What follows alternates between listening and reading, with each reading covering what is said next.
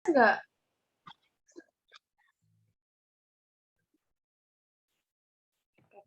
Assalamualaikum warahmatullahi wabarakatuh. Waalaikumsalam warahmatullahi wabarakatuh. Pada kesempatan kali ini kita akan membahas mengenai mata kuliah pemodelan matematika dengan studi kasus, persaingan, pemangsaan, dan keragaman. Di mana studi kasus yang kita pelajari ini yang akan kita bahas itu ada di bab 8.2 ya.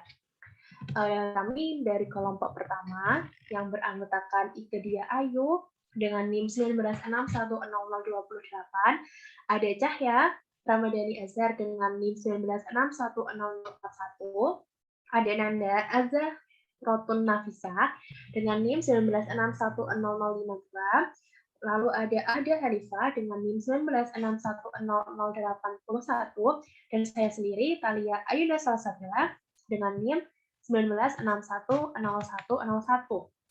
Pada kesempatan kali ini, mari kita coba mempresentasikan hasil diskusi kelompok kami terkait studi kasus yang telah saya paparkan sebelumnya. Oke, bisa ke slide selanjutnya. Jadi ketika kita membahas terkait persaingan, pemangsaan, dan keragaman pada studi kasus 8.2 ini, kita tidak akan jauh dari pemodelan matematika atau model matematika. Sebelumnya dari teman-teman ingat nggak hasil diskusi kita semalam? Apa sih model matematika itu? Ada yang ingat? Aku ingat. Oke, apa? Nah, model matematika itu suatu cara sederhana untuk menerjemahkan satu masalah ke dalam bahasa matematika. Itu. Oke, benar banget. Jadi, kalau kita ingat-ingat lagi pembelajaran yang udah kita pelajari di awal, jadi model matematika itu secara gampangnya itu gimana kita membawa fenomena alam yang terjadi di sekitar kita, di sekeliling kita, itu ke dalam bahasa matematika. Secara matematis lah ya.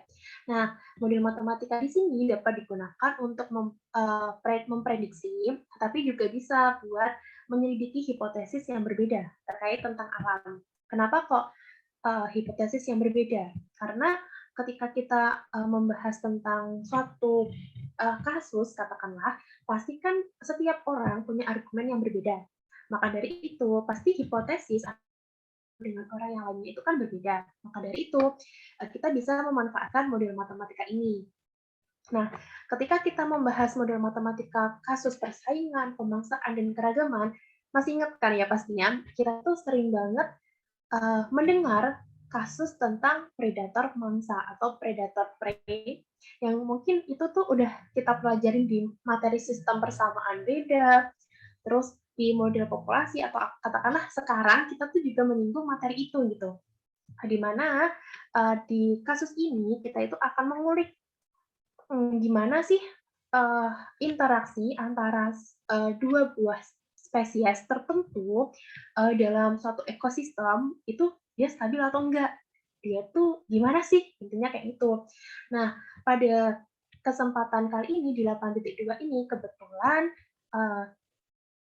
dari kasus predator mangsa ini kita itu bisa menarik suatu kesimpulan. Nah, ini tuh kesimpulan ini nggak berdasarkan hanya tiba-tiba gitu ya, tapi ini pendapat dari Kramer sama May, yang mana dari kasus persamaan itu, mereka itu menyimpulkan gitu, kalau seandainya suatu sistem, katakanlah suatu sistem dengan kasus tertentu atau misalkan ini kalau predator mangsa mah ya berarti spesies mangsa gitu ya. Nah, itu cenderung tidak mengalami kestabilan dalam suatu sistem dengan tingkat trofik yang rendah gitu. Tapi ketika suatu sistem itu ditingkatkan atau suatu sistem itu tuh dibawa ke ke tingkat trofik yang lebih kompleks gitu. Nah, ternyata cenderung menunjukkan kestabilan gitu. Nah, stabil di sini tuh apa sih yang dimaksud stabil di sini? Ada yang tahu nggak? Jangan-jangan lupa. Saya ingat nggak stabil di sini yang dimaksud stabil itu apa? Apakah seimbang?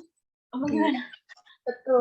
Jadi stabilitas itu seimbang di mana spesies yang didefinisikan atau dideklarasikan itu tidak ada yang mengalami kepunahan. Jadi semua itu bisa hidup berdampingan.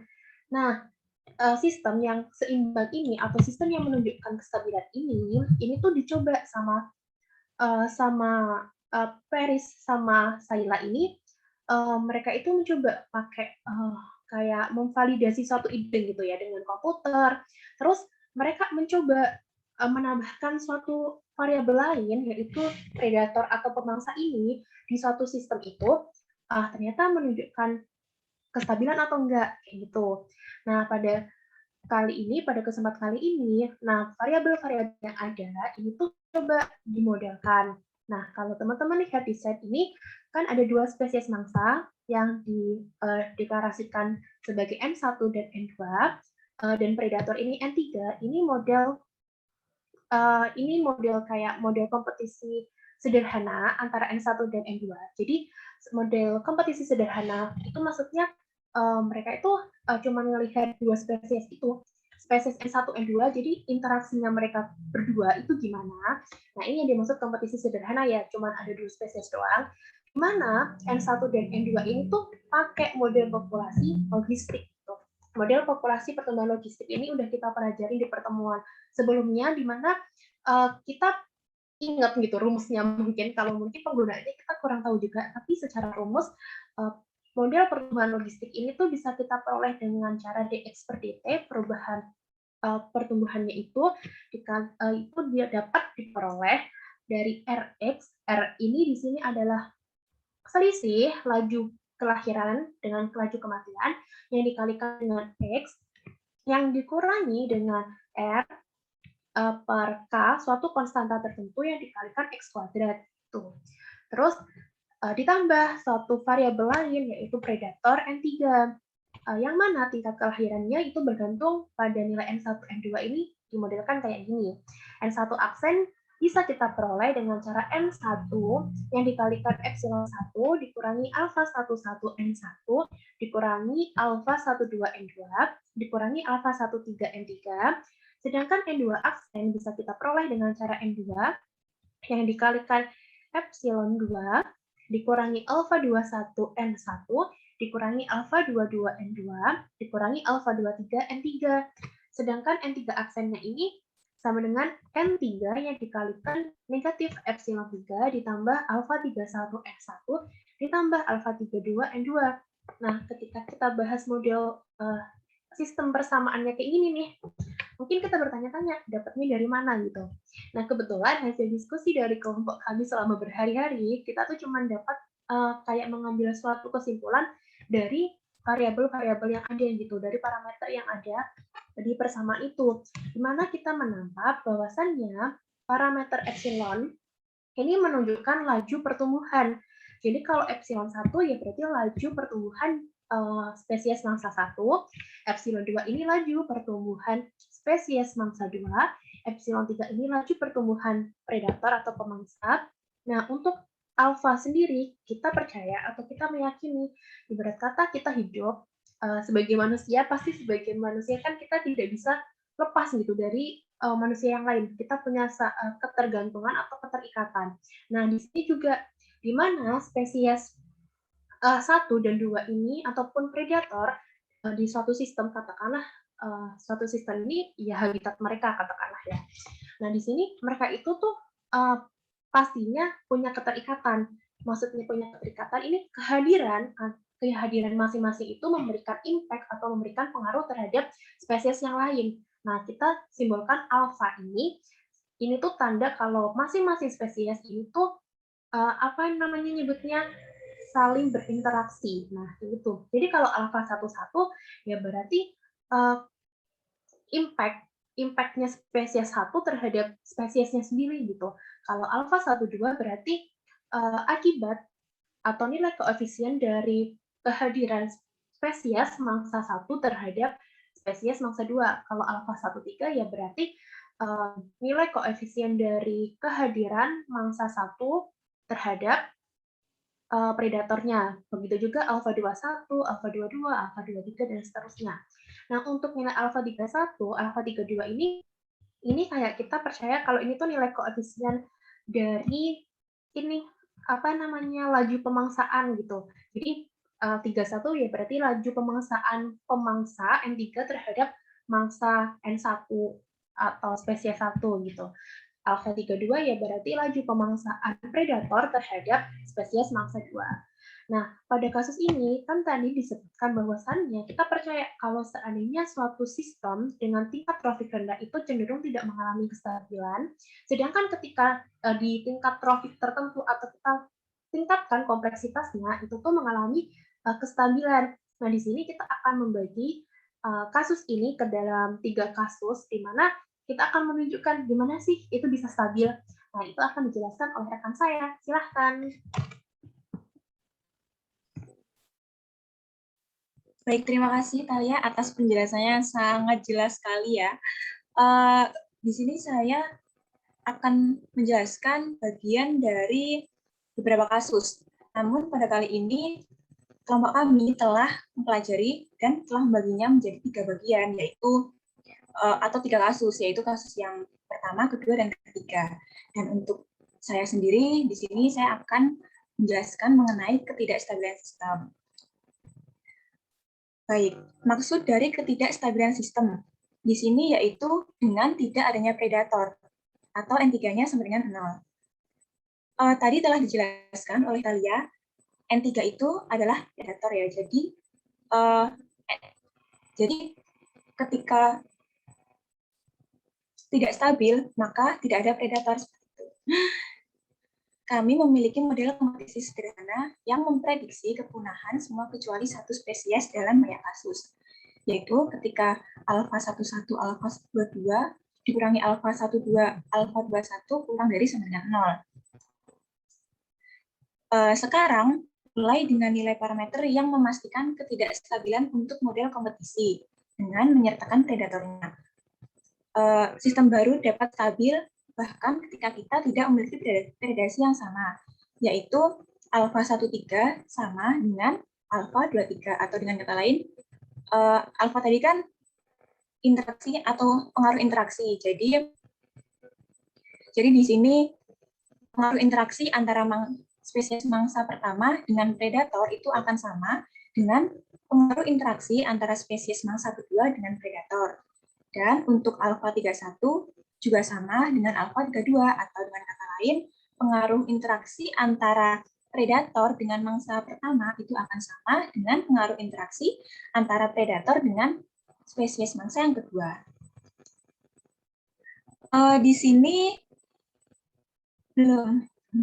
Di sini yang perlu diperhatikan itu adalah misalnya untuk alfa 12 dan alfa 21. Itu menurut kalian kira-kira sama nggak sih alfa 12 sama alfa 21 itu? Kira-kira sama nggak? Beda ya, beda kayaknya. Enggak ya? Betul, itu nggak sama ya, karena kenapa? Walaupun hal tersebut memiliki unsur yang sama, tapi boleh jadi nilainya itu nggak sama, seperti itu. Boleh lanjut slide.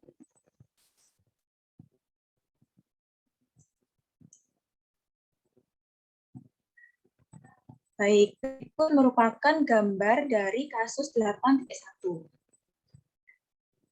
Plot ini tuh merupakan ilustrasi dari kasus model persaingan tidak stabil tanpa predasi. Dalam plot ini juga terlihat ya bahwasanya untuk N1 ini untuk akhirnya akan didapati suatu kepunahan, dan untuk N kedua yang berwarna abu-abu ini akan memiliki nilai atau nilainya adalah 3,5 kali 10 pangkat 5. Hal ini merupakan kasus pengecualian kompetitif yang biasa. Boleh lanjut.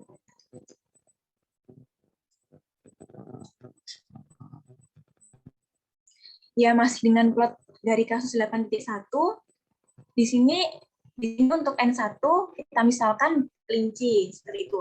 Kemudian untuk N2, di sini yang berwarna abu-abu, ini kami misalkan adalah ular. Di sini terlihat bahwasanya untuk kelinci dan ular, ataupun untuk N1 dan N2 itu salah satunya akan mengalami kepunahan.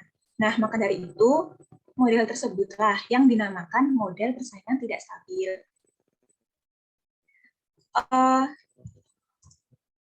Untuk mendapatkan plot ini, kita terdapat dua cara ya. Yang pertama yaitu menggunakan rumus dari beberapa referensi yang tentunya melibatkan parameter-parameter atau nilai-nilai parameter yang terdapat pada sisi sebelah kiri ini.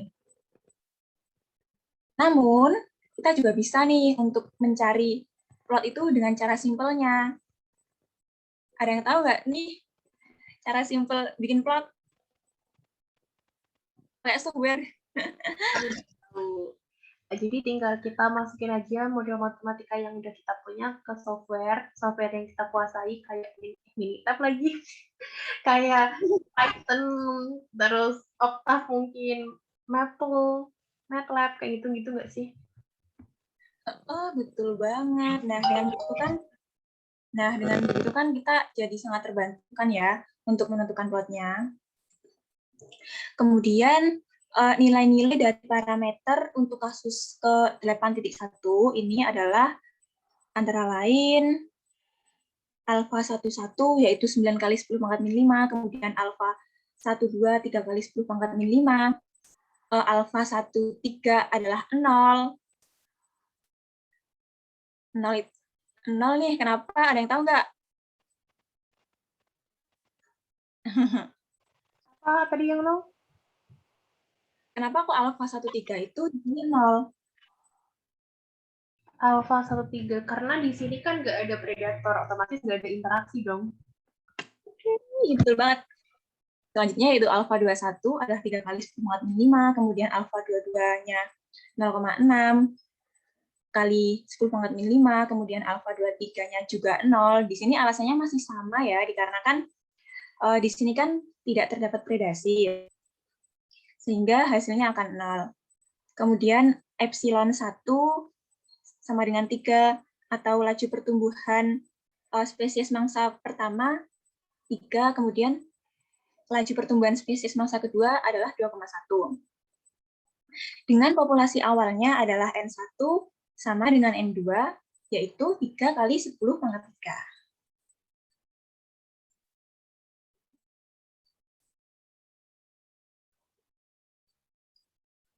Oke, sekarang kita ganti kasus ya.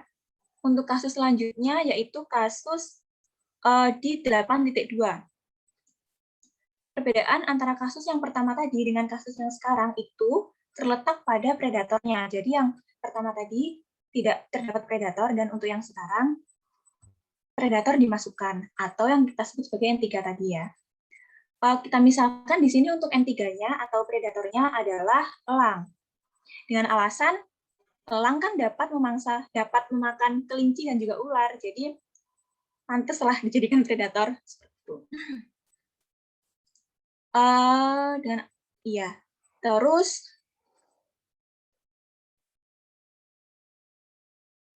yaitu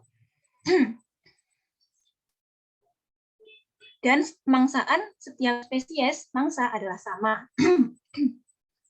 Jadi di sini maksudnya itu elang memangsa antara kelinci dan juga ular itu dalam jumlah yang sama, yaitu alfa 13 sama dengan alfa 23. Atau pengaruh interaksi antara kelinci dan elang itu sama dengan pengaruh interaksi antara ular dan elang. Dalam hal ini, semua populasi mendekati ukuran populasi positif tetap dengan N1-nya adalah 11,66 kali 10 pangkat 3, kemudian N2-nya 8,34 kali 10 pangkat 3, dan N3-nya yaitu 11,3 kali 10 pangkat 3. Jadi, kita mendapatkan koeksistensi dari ketiga spesies. Atau maksudnya itu adalah, jadi ketiga spesies ini itu mendapat keadaan hidup yang berdampingan, yang bareng-bareng. Kemudian, next, lanjut slide. Nah, ini merupakan plot dari kasus kita yang kedua, kasus 8T2. Di sini terlihat ya bahwasanya untuk N1 ini berwarna hitam, kemudian untuk yang N2 itu yang berwarna abu-abu. Dan untuk predatornya berwarna hitam tipis. Cara untuk mendapatkan plot ini pun masih sama seperti yang di kasus sebelumnya, yaitu dengan menggunakan rumus-rumus yang ada, dengan melibatkan nilai-nilai parameter ini, dan juga bisa menggunakan software yang bisa digunakan untuk membuat plot tentunya, antara lain seperti yang telah dijelaskan oleh Thalia tadi, yaitu yang disebutkan Thalia tadi, yaitu MATLAB, Maple, kemudian Octave, Python, dan masih banyak lagi ya. Caranya sama, yaitu dengan memasukkan nilai-nilainya ke softwarenya, seperti itu. Nah, dengan begitu, itu akan memudahkan kita dalam menentukan plot-plot yang akan kita cari. Selanjutnya, berikut merupakan nilai-nilai dari parameter di kasus 8.2. Antara lain seperti alpha 13 yaitu 0,15, alpha 23 0,15, alpha 31 yang sama dengan alpha 32 yaitu 0,6 kali 10 pangkat min 4, epsilon 3 yaitu 1,2. Di sini untuk nilai parameter yang tidak disebutkan menggunakan nilai-nilai yang terdapat pada kasus yang pertama. Kemudian dengan populasi awalnya adalah N1 sama dengan N2, yaitu 3 kali 10 pangkat 3, dan N3 sama dengan 20. Jadi di sini perbedaan secara umum antara kasus pertama dan juga kasus kedua itu terletak pada hasil kurvanya ya. Jadi untuk kasus yang pertama di kasus 8.1 itu terdapat kepunahan. Dan di kasus 8.2 ini tidak dikarenakan semua populasi di sini itu mendekati ukuran populasi positif tetap. Nah, hal ini itu disebabkan karena adanya predator seperti itu. Ada atau tidaknya predator. Jadi sangat berpengaruh ya dengan adanya predator atau tidak itu. Baik, selanjutnya mengenai plot yang akan dibahas selanjutnya yaitu plot ketiga. Oleh rekan kami, Ike, dipersilahkan. Baik, terima kasih Cahaya atas penjelasan kasus 8.1 dan 8.2-nya.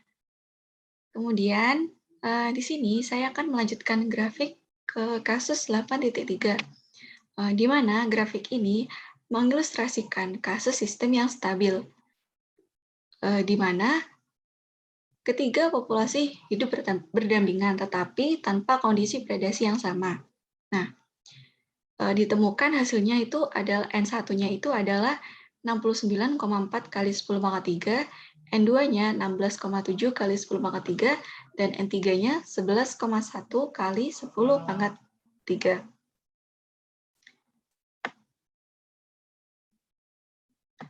Kemudian, ini kan di sini sudah ada grafik ya. Nah, dari grafik ini dapat kita lihat ada 3 garis. Yang pertama, garis yang berwarna hitam pekat ini. Nah, ini merupakan garis dari N1.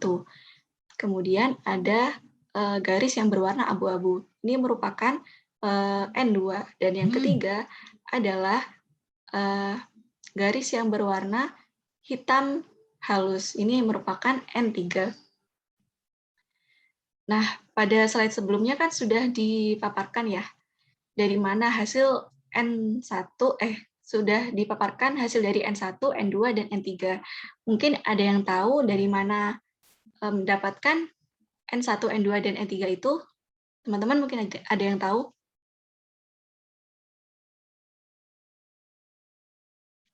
Ayo, siapa yang tahu N1, N2, sama N3-nya itu dari mana? Alia? Iya, dari model matematika di awal tadi. Jadi bisa diperoleh hasil akhir kayak gitu. Nah, iya, betul sekali. Itu dari model matematika yang sudah dijelaskan oleh Thalia di awal tadi ya. Ya, terus dari model-model tersebut kan terdapat parameter-parameternya. Nah, parameternya tadi juga sudah dijelaskan oleh Talia, yang alfa, epsilon, sama N, N1, N2, N3 itu ya. Kemudian di sini saya akan menyebutkan nilai-nilai dari parameternya, yaitu alfa 11. Alfa 11-nya itu tadi kan laju alfa 11 itu adalah koefisien spesies yang satu dengan dirinya sendiri. Nah, dengan nilai 0,9 kali 3,22 kali 10 pangkat min 5. Begitu juga dengan alfa 12 dengan nilainya 3,22 kali 10 pangkat min 5. Kemudian alfa 13 nilainya 0,06 dan alfa 21 nilainya 3,22 kali 10 pangkat min 5. Kemudian alfa 22 dengan nilai 3,22 kali 10 pangkat min 5, alfa 23 yaitu 0,04. Kemudian alfa 31 yaitu 3 kali 10 pangkat min 5. Kemudian alfa 32 10 pangkat min 5. Nah, kemudian di sini terdapat epsilon 1. Epsilon 1 itu adalah laju pertumbuhan spesies 1 dengan nilai 3,22. Kemudian epsilon, begitu juga dengan epsilon 2. Epsilon 2 ini nilainya adalah 3,22 juga. Dan kemudian untuk epsilon 3 itu nilainya 2,25. Dengan populasi awal N1 itu sama dengan N2, yaitu 10 pangkat 4. Dan N3, dan nilai awal populasi awal N3 yaitu 10 pangkat 5.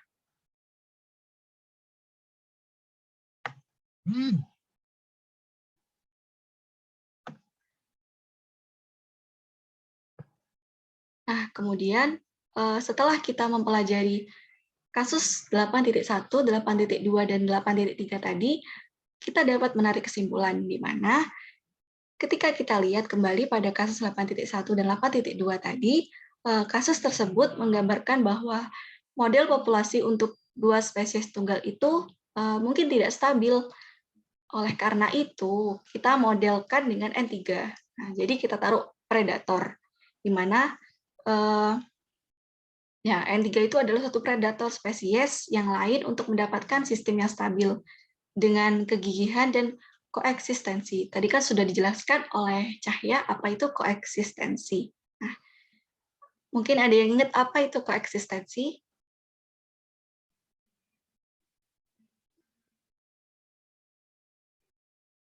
Cahya tadi apa itu koeksistensi, Cahya? Minta tolong.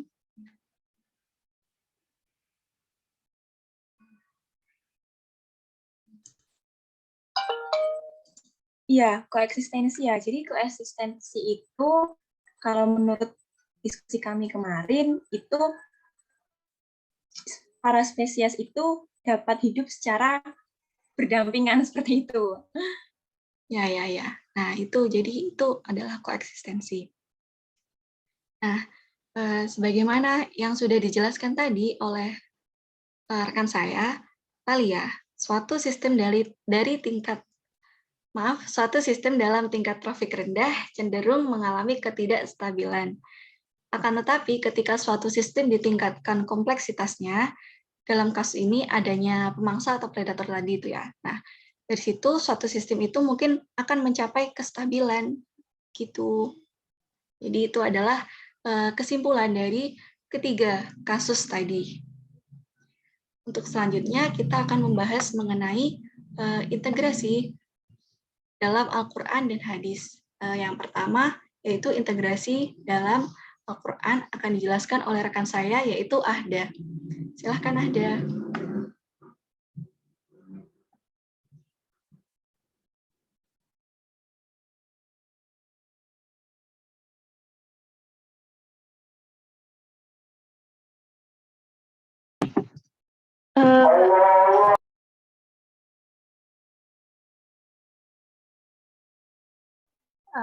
Masih azan ya, karena kita tagnya juga zuhur-zuhur, mungkin kita dengerin azan dulu deh. Nah, baik. Selanjutnya saya akan menjelaskan tentang integrasi terhadap Al-Quran. Nah, seperti yang dijelaskan oleh teman-teman saya sebelumnya, di alam semesta itu pasti terjadi interaksi antara makhluk hidup yang satu dengan makhluk hidup yang lain. Dan hal itu juga mempengaruhi keseimbangan alam. Dan apa sih keseimbangan alam itu? Keseimbangan alam itu adalah suatu keadaan di mana terjadinya interaksi antara organisme atau antara organisme yang lain dengan alam sekitar dan terjadi secara seimbang dan stabil sehingga akan terbentuk harmonisasi antara makhluk hidup dengan alam itu sendiri. Nah, sudah dijelaskan juga dalam Al-Quran surat Al-Mulk ayat 3 yang artinya Allah lah yang telah menciptakan 7 langit berlapis-lapis. Kamu sekali-kali tidak melihat bahwa ciptaan Tuhan yang Maha Pemurah. Maka lihatlah berulang-ulang, adakah kamu lihat sesuatu yang tidak seimbang?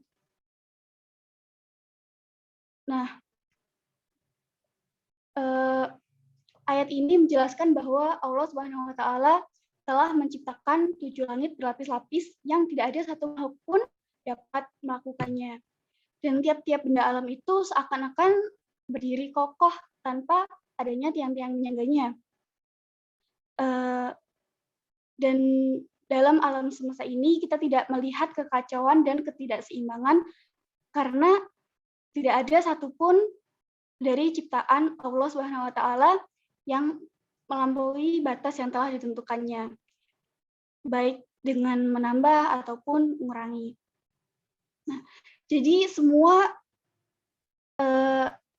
yang ada pada Allah Subhanahu wa Ta'ala, semua yang ada pada Allah Subhanahu wa Ta'ala itu terjadi secara serasi dan berjalan sesuai dengan ketentuan. Nah, apabila kita sendiri masih ragu dalam hal ini, maka kita dianjurkan untuk mengulangi penglihatan kita sampai mendapat kejelasan dalam pembuktian keserasian tersebut dalam keseimbangan alam tersebut. Nah, seperti itulah kira-kira dalam Al-Quran Surat Al-Mulk ayat 3. Kemudian selanjutnya juga dijelaskan dalam Quran Surat Hud ayat 6. Yang artinya, dan tidak ada suatu binatang melata pun di bumi, melainkan Allah lah yang telah memberi rezekinya. Dan dia mengetahui tempat berdiam binatang itu dan tempat penyimpanannya. Semua tertulis dalam kitab yang nyata, yaitu Lauhul Mahfuz. Nah, secara tematik ini, ayat ini berbicara tentang Allah yang senantiasa memelihara dan melindungi semua makhluknya, termasuk binatang yang dengan cara memberikan makanan dan menjaga tempat tinggalnya. Nah, kata adab batin dalam ayat ini itu diartikan dengan bergerak dan merangkak. Ayat ini pada dasarnya tuh digunakan untuk manusia, namun bisa digunakan untuk hewan atau binatang. Nah, pemilihan kata ini mengesankan bahwa semua rezeki itu dijamin oleh Allah Subhanahu wa Ta'ala yang menuntut setiap dabbah untuk memfungsikan dirinya sebagaimana namanya, yakni bergerak dan merangkak. Nah, kemudian dari ayat ini juga dapat dimengerti bahwa kita sebagai manusia itu juga penting untuk melakukan konservasi terhadap hewan, baik hewan peliharaan kita maupun hewan liar atau satwa liar yang ada di luar sana. Nah, karena dalam menjaga keseimbangan ekosistem ini juga perlu adanya campur tangan dan keterlibatan kita sebagai manusia. Nah, seperti itulah tadi kita dianjurkan untuk menjaga keseimbangan alam yang terjadi di alam semesta ini. Nah, seperti itulah kira-kira integrasi dalam Al-Quran. Nah, selanjutnya akan juga dijelaskan integrasi tentang hal ini pada hadis yang akan dijelaskan oleh rekan saya, Nanda.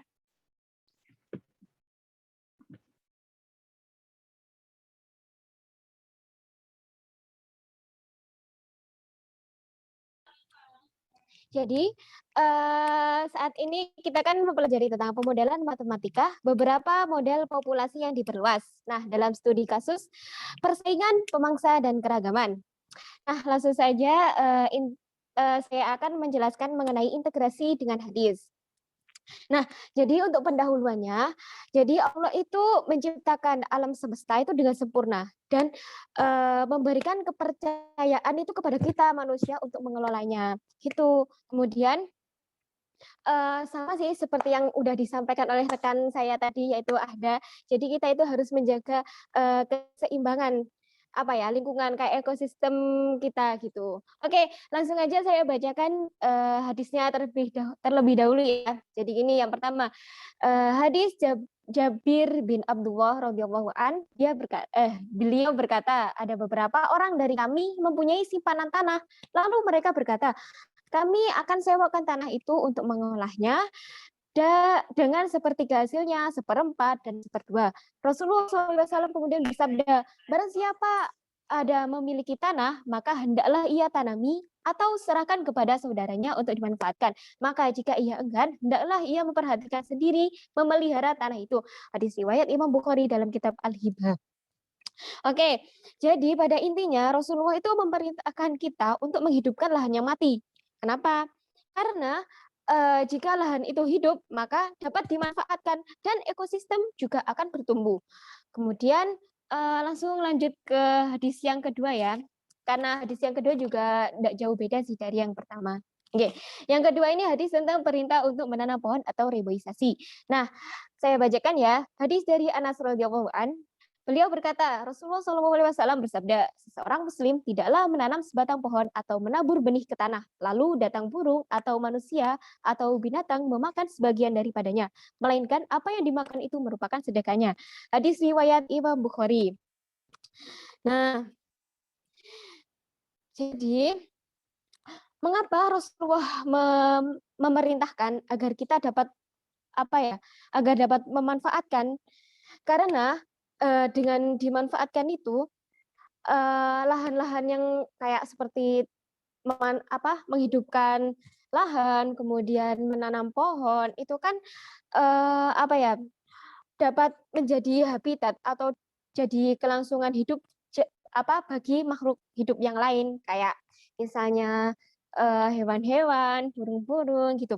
Jadi hadis ini integrasinya dengan apa yang kita pelajari pada saat ini, ya ini sesuai dengan studi kasus yang tadi pada slide pertama, yakni persaingan pemangsa dan keragaman. Hal ini tidak jauh berbeda dengan ekosistem yang merupakan hubungan timbal balik makhluk hidup dengan lingkungannya, gitu ya. Dan gini, dalam ekosistem itu kan terdapat rantai makanan yang coba boleh ke slide 4.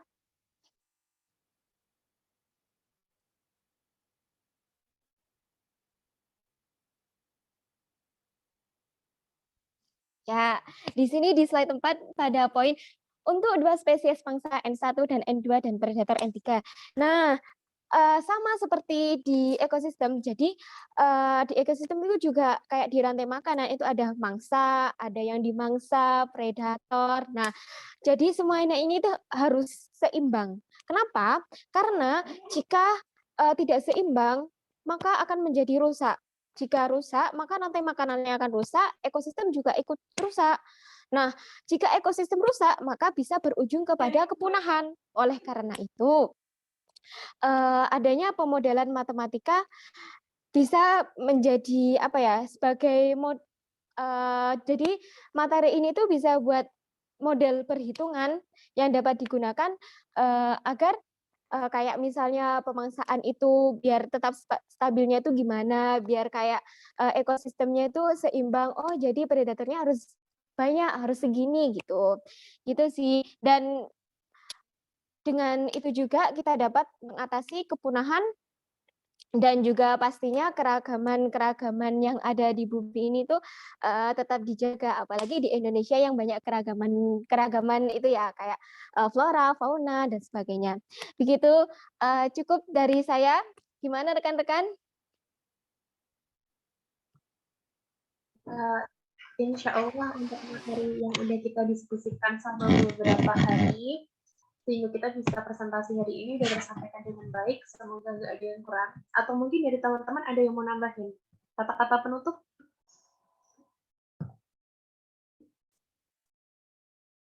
Ayo dari teman-teman. Oke, mungkin Nanda nih mau menyampaikan kata-kata penutup atau Cahya? Ya, aku mau nambahin sedikit ya. Jadi presentasi yang kami jelasin tadi itu kan merupakan hasil dari diskusi kami. Jadi mohon maaf apabila terdapat salah ataupun salah kata, salah-salah yang lain, mohon dimaklumi seperti itu. Cukup tambahan dari saya. Kan nggak komunikasi poin. Oh ya, ada Dari Ika mungkin. semoga bermanfaat untuk teman-teman ini. Gimana? Semoga bisa bermanfaat untuk